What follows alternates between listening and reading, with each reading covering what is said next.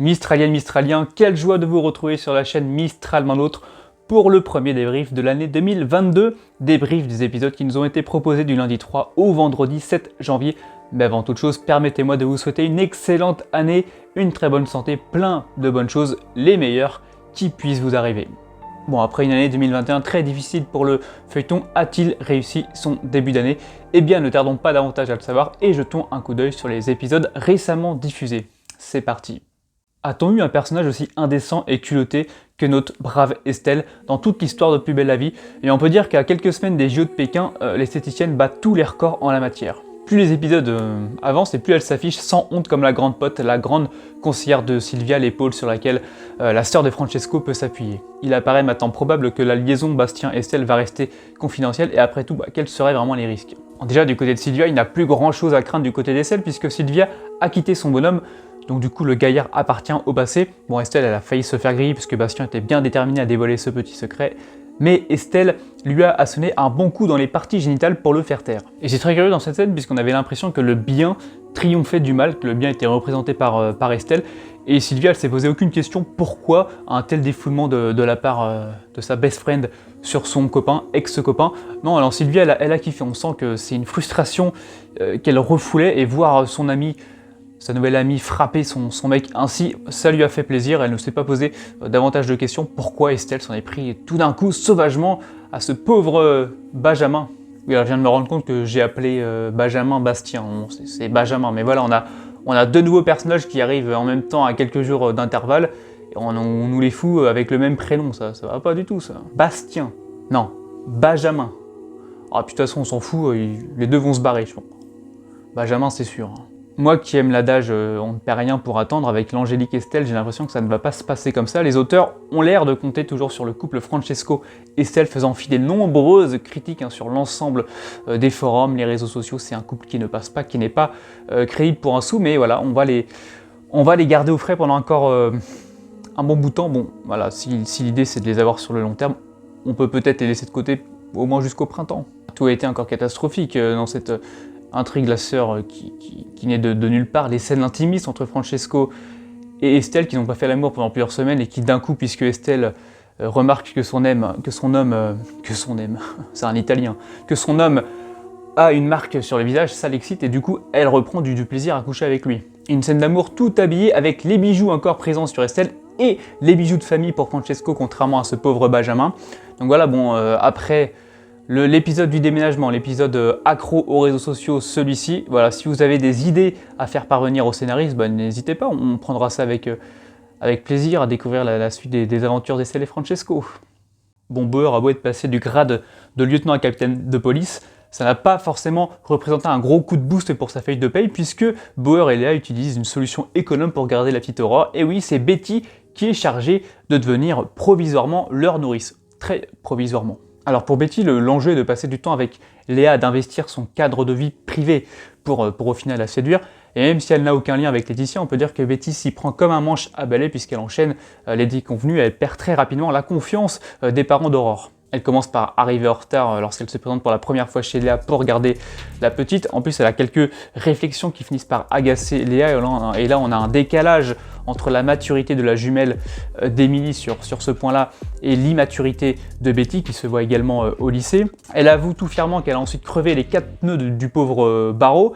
Et pour finir, elle organise une fête alors que Léa et Bauer sont partis au restaurant. Donc elle s'imagine, alors à moins que Bauer et Léa aient dîné de l'autre côté de Marseille avec d'énormes embouteillages s'ils prennent la voiture, Betty pense donc, quand elle est, disons 1h30, 2h, elle a le temps de prévenir ses potes, d'organiser une méga fête, de faire coucher la petite et de tout ranger avant que les parents n'arrivent. Bah non.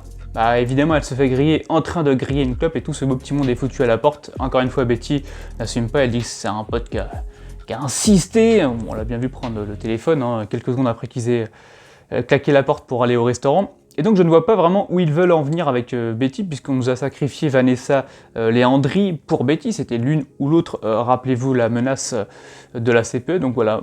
Elle ne gagne pas en maturité, ni après l'épisode de Léandrie, ni après l'épisode du Blackout, ni après donc l'accouchement de Léa. Je n'arrive pas à comprendre cette non-évolution. Encore un peu de patience.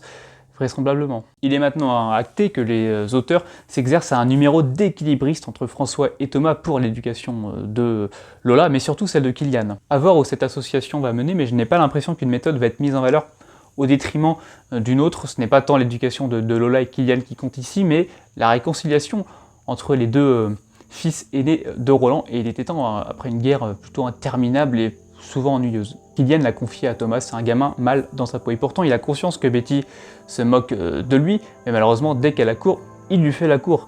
On le voit dès qu'elle se ramène avec ses potes pour boire un verre, et bien Kylian lui propose illico presto une réduction de 50% puisque Betty aime qu'on s'apitoie sur son sort et elle dit qu'elle est complètement fauchée. Là, malheureusement, Léa et Bauer payent la nourrice au rabais, ça va pas du tout ça. Bon, en tout cas, il courbe les chines à la manière de Bauer avec Léa. Alors un tournant s'opère dans cette cohabitation chez l'ancien appartement de Thomas et Gabriel, c'est quand Thomas et François se déchirent au bureau du proviseur de Rochat. Alors il est question de testostérone et de légitimité, et François marque un point quand il a l'élégance de relever qu'il s'est tapé la démissionnaire Sophie. Alors Rochat, comme à son habitude, perd le contrôle de la situation, et même si on n'a pas les tenants et aboutissants de cet échange, la scène a le mérite de faire prendre conscience à Thomas et François qu'ils vont devoir coopérer pour le bien de Kylian. Se pose ensuite l'avenir professionnel du frère de Lola. Est-ce qu'il va quitter précocement les études pour poursuivre une voie professionnelle, manuelle, ou alors est-ce que, mais c'est d'ailleurs le souhait de François, ou alors est-ce qu'il va insister avec les études comme aimerait Thomas, puisque Thomas est persuadé qu'il a des capacités intellectuelles tout à fait au niveau de ses camarades. On a donc deux frères, deux visions, deux partitions qui se confrontent entre François et Thomas, mais voilà, on a moins cette impression que l'un veut prendre le dessus sur l'autre. On va vers une transition qui va amener un petit peu de douceur et de complicité entre deux hommes qui se sont livrés une guerre sans merci depuis le retour de François. Bon, en tout cas, l'angle des ados pas doués pour les études mais qui finissent par trouver leur voie, c'est un classique parmi les classiques dans Plus belle la vie. Si les parents d'Aurore ont des difficultés à faire garder efficacement leur petite, c'est une toute autre histoire pour Patrick et Babette. Au contraire de Léa et Bauer qui voient des inconnus investir leur intérieur, les parents de Raphaël virent de chez eux les membres de leur famille. Émilie et Yolande se voient donc montrer la porte, puisque selon Patrick et Babette, le petit Raphaël, qui n'est pas leur bébé mais ils ne le savent pas encore, a besoin de tranquillité, ils ont trouvé le remède miracle, il faut le rassurer, il faut lui parler. Les résultats semblent concluants puisque les crises s'espacent, et Babette en profite même pour passer du bon temps avec sa fille. Bon, ce qui est étonnant, c'est que l'enlèvement remonte maintenant à un mois, que Manon ne l'a pas vu, ou très peu vu durant ces dernières semaines, celle qui est responsable de l'échange des bébés à la maternité, et cette intrigue est toujours traitée avec légèreté et comédie, mais on sent vraiment que là ça va changer et s'accélérer à la fin du mois de janvier. Un typique exemple de comédie, quand Eric passe voir Nebou qui lui parle de quelques enquêtes en cours, le commandant s'en mêle les pinceaux et il confond systématiquement ses affaires professionnelles et ses affaires privées, et donc Eric finit par s'agacer et il demande où est le commandant Nebou? Nebou, tu es où? You, Nebou.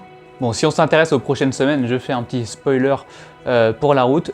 On a l'identité de la prochaine nourrice de Babette et Patrick, et c'est là que l'intrigue policière à suspense va reprendre le dessus. Eh bien, je vous laisse découvrir en photo qu'il va être la prochaine nourrice, l'heureux élu du petit Raphaël. Bon, on l'appelle comme ça puisqu'on n'a pas malheureusement le prénom de l'autre bébé. Ah oui, c'est Kayla. Bon, j'espère que Franck et Valentin n'ont pas séquestré Patrick ou Babette pour les forcer à prendre Kayla comme nourrice d'Aurore. On aurait pu avoir Sacha qui signe une petite lettre de recommandation puisqu'il a employé Kayla, mais bon, malheureusement il s'est taillé à Bordeaux. Et puis bon, il est aveugle, bon, non, c'était pas une bonne solution. Bon, pour cette année, une nouvelle rubrique, c'est le Mistral 5 étoiles. Je vais mettre une note entre 0 et 5 pour livrer mon ressenti général sur les épisodes de la semaine. Il y aura des demi-étoiles, puisque bon, 1, 2, 3, 4, 5, c'est assez vague, donc on va rentrer un petit peu dans la précision au niveau de la notation. Bon, c'est une petite notation hommage au Céleste. Et puis cette rubrique est aussi l'occasion de revenir plus en détail sur des intrigues évoquées plus tôt, ou alors tout simplement des arcs que je n'ai pas encore intégrés dans cette vidéo, et bien comme l'arc principal qui concerne les Castel et la disparition d'Elodie, évoquons-le dans ce Mistral 5 étoiles. Bon, pour cette première, je vais être généreux et attribuer la moyenne pour l'ensemble des épisodes de la semaine, un 2 étoiles et demi sur 5. Bon, les semaines suivantes, je dévoilerai la note en fin de rubrique, c'est plus marrant. Alors je préviens tout de suite qu'il y a pas mal de spoilers dans cette partie. Alors, vous avez encore quelques secondes pour mettre la vidéo sur pause si vous ne voulez pas en savoir plus sur les jours suivants.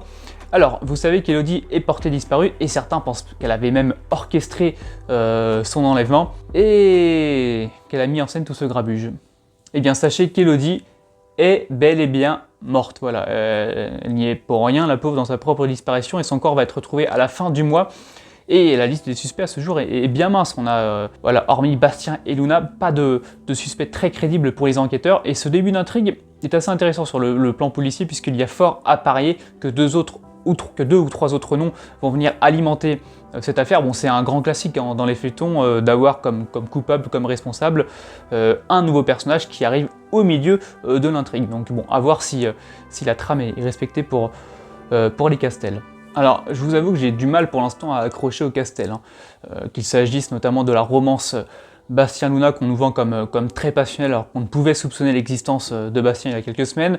Au niveau des enfants, je trouve Hugo encore assez plat, Pablo trop effacé, Sunali très illisible et Akira plutôt imprévisible. Alors, je trouve les filles plus intéressantes pour l'instant que les garçons. Mais bon, de là à me faire une famille bientôt incontournable au Mistral, pour moi, je ne l'envisage pas pour l'instant. Du côté des points positifs, moi j'ai beaucoup aimé la scène Thomas-François chez Rocha. J'ai rigolé comme rarement ces derniers mois dans Plus belle la vie quand François a sorti tout fièrement qu'il avait une liaison avec la mère de Kylian. Et bon, là où la note baisse, en revanche, bon, rien ne va dans l'intrigue Estelle-Francesco. Ils ne sont tout simplement pas compatibles. Et même les autres personnages de cet arc, Sylvia et Benjamin, on leur voit aucun avenir.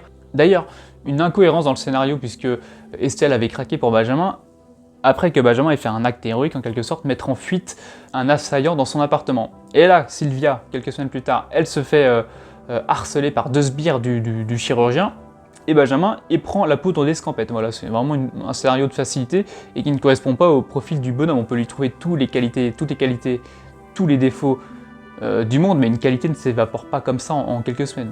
Assez curieux.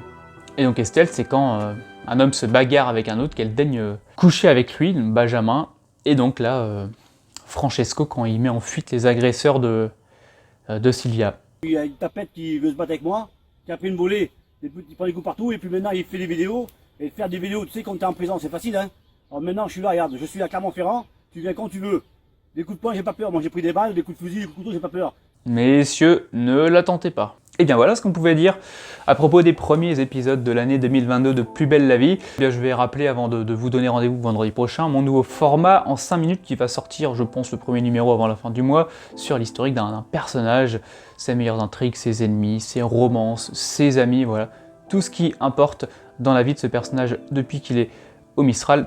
Tout ça résumé donc en 5 minutes. Merci de votre fidélité à ce podcast qui est vôtre, mais surtout mistralement l'autre. Bye bye.